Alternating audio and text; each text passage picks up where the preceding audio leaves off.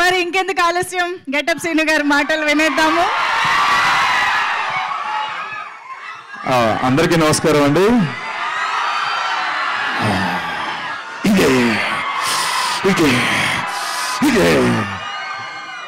Yes, ఈ 100 రోజులు మీరు అన్నారు, నేను అన్నం పక్కన పెడితే ఆ సినిమాలో అంటే ఒక సంక్రాంతి పండుగ వస్తే 2-3 రోజులు పండుగ మనకి. బట్ మాకు హనుమాన్ ఆ టీం అందరికీ మీ అందరూ కలిసి తెలుగు ప్రేక్షకులందరికీ కలిపి మాకు 100 రోజుల సంక్రాంతి పండుగ ఇచ్చారు.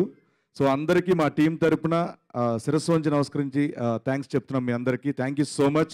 దీనికి కారణమైన ప్రధాన కారణం మా నిరంజన్ రెడ్డి గారు ఈ సినిమాని నమ్మి ఇప్పటి వరకు 100 రోజుల వరకు తీసుకురావడం, సినిమా కంప్లీట్ చేయడం, 100 రోజుల సెలబ్రేషన్లో కలవడం అంటే ఆయన వల్ల అయింది సార్.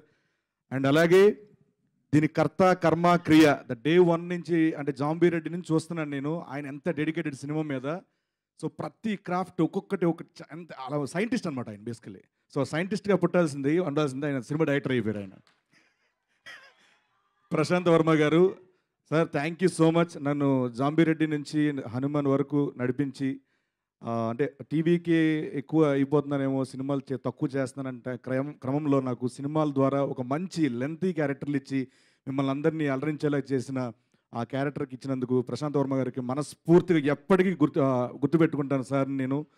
అండ్ అలాగే మా హనుమంతు మిరాయిగా మీ ముందుకు వచ్చాడు, మనందరినీ మెప్పిస్తాడు. సో సూపర్ యోధాగా మీ ముందుకు రాబోతున్నారు.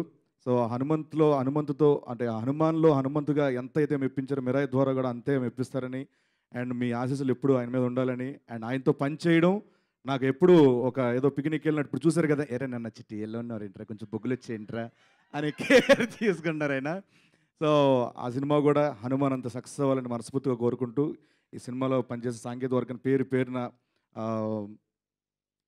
అంటే మాటలు రావట్లేదు,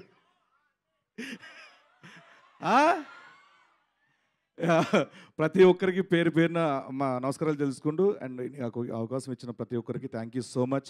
జై హనుమాన్, జై Shriram. Thank you so much. ఈసారి సముద్రకాని గారికి పెద్ద sir, sorry sir, thank you so much sir.